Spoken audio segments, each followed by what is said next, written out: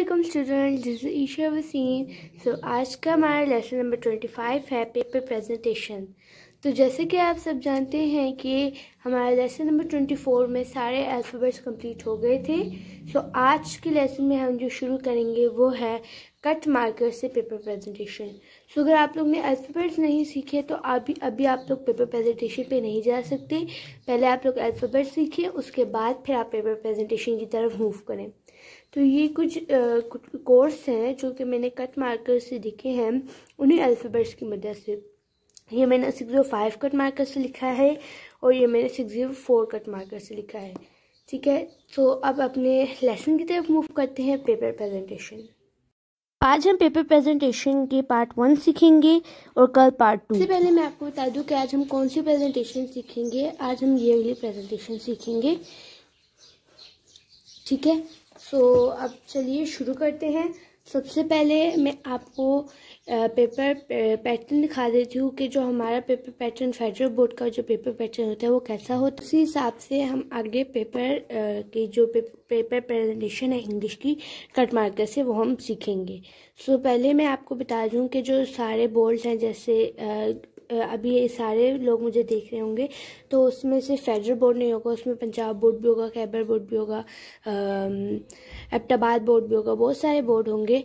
तो उनके लिए उनके पेपर पैटर्न के मुताबिक वो अपनी प्रेजेंटेशन करेंगे। लेकिन अभी मैं फेडरल बोर्ड का पेपर पैटर्न दिखाने वाली हूँ। सबसे पहले हमारे जो सेक्शन नंबर ए होता है, ऑब्जेक्टिव होता है, उसमें हमारे MCQs होते हैं, ये हमारे इंग्लिश के MCQs है। ठीक है, उसके बाद हमारे सेक्शन नंबर बी में शॉर्ट क्वेश्चन वगैरह होते हैं। उसके बाद सेक्शन नंबर बी होता है। सेक्शन नंबर बी में हमारे पास क्वेश्चन नंबर 2 में शॉर्ट क्वेश्चन होते हैं। शॉर्ट क्वेश्चन हमने अटैम्प्ट करने होते हैं। उसके बाद पैराफ्रेजिंग होती है। हमारे पास टोटल शॉर्ट क्वेश्चन होते हैं 7 होते हैं, हमने 6 करने होते हैं। उसके बाद क्वेश्चन नंबर 3 पैराफ्रेजिंग होती है हमें। उसके बाद पैराफ्रेजिंग में से हमारी 3 पैराफ्रेजिंग आती है सेकंड में। ये तो अभी हमारे पेपर रिसेंटली हुए हैं। तो ये अभी बोर्ड में ऐसे पेपर हमारे आते हैं। आपके अलग पेपर पैटर्न भी हो सकता है, तो आपने अपने पेपर पैटर्न के लिहाज से चलना है। बी में हमारे पास कुछ सवाल जवाब आ जाते हैं। उसके बाद नेक्स्ट पे हम मूव करते हैं।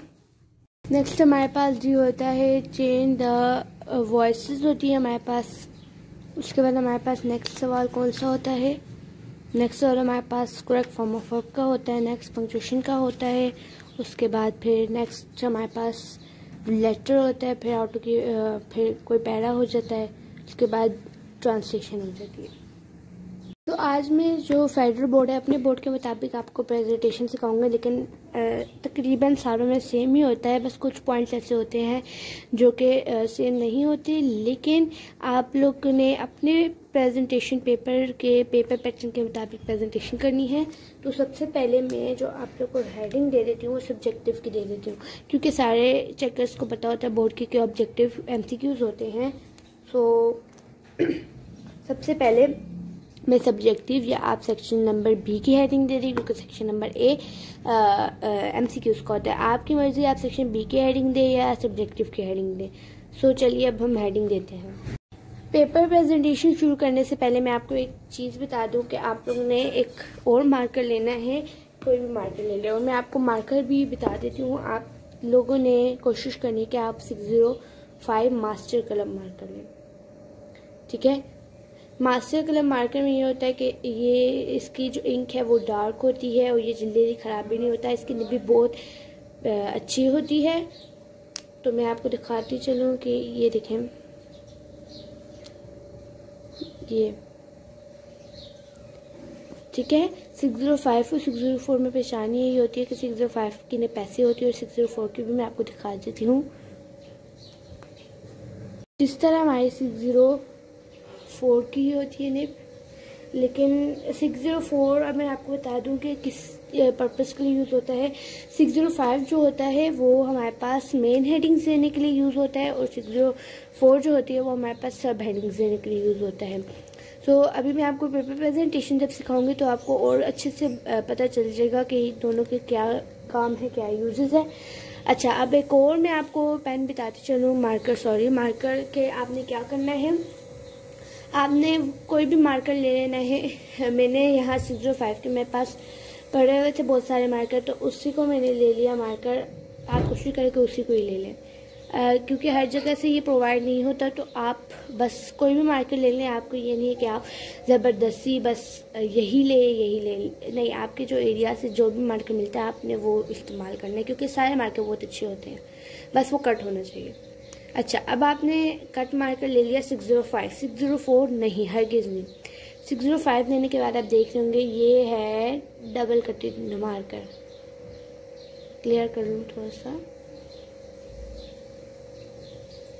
नज़र आ रहा है आप लोगों को। 605 को ही मैंने कट करके ये वाला मार्कर बनाया। अब ये वाला मार्कर किस पर्पज़ के लिए, ये भी अभी मैं आपको बता देती हूँ।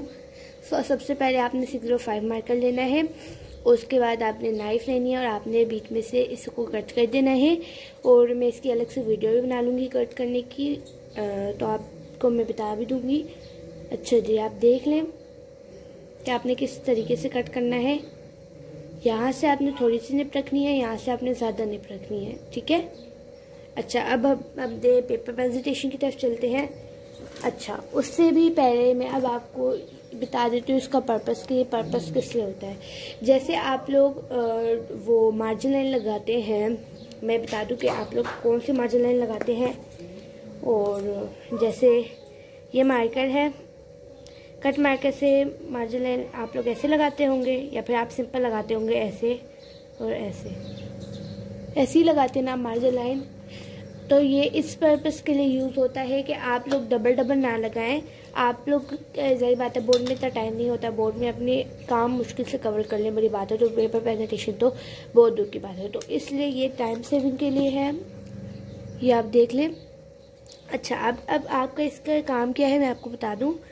ये देखें, अच्छा ये अभी ख़राब हुआ है थोड़ा सा, इसकी निप को मैं थोड़ा सा ठीक कर लेती हूँ। अच्छा जी, अब मैं आपको बता दूँ कि ये जो है ना double कटेड marker, double lip कटेड marker, इसको आपने कैसे यूज़ करना है। ये देखें, एक ही बार डबल, ठीक है। देखें ये कितने अच्छा काम कर रहा है, और ये इस पर्पस के लिए यूज़ होता है। आप मार्जिन लाइन लगा सकते हैं, इसे आप डबल अंडरलाइनिंग कर सकते हैं किसी भी वर्ड के नीचे। ये बहुत अच्छा मार्कर है, आप इससे कोटेशन भी कोई लिख सकते हैं, आप इससे ये वाली चीज़ भी बना सकते हैं। बहुत ज़्यादा अच्छा मार्कर है, मैं आपको यही रिकमेंड करूँगी कि आप इस तरह कट करें, इससे आपकी टाइम भी सेव हो जाएगा, ठीक है।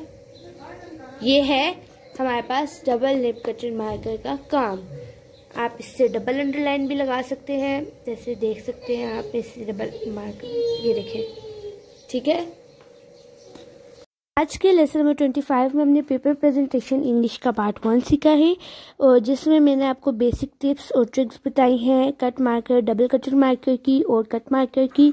सो पार्ट नंबर 2 में हम पेपर प्रेजेंटेशन सीखेंगे। सो आज के लिए इतना ही। थैंक यू, अल्लाह हाफिज़।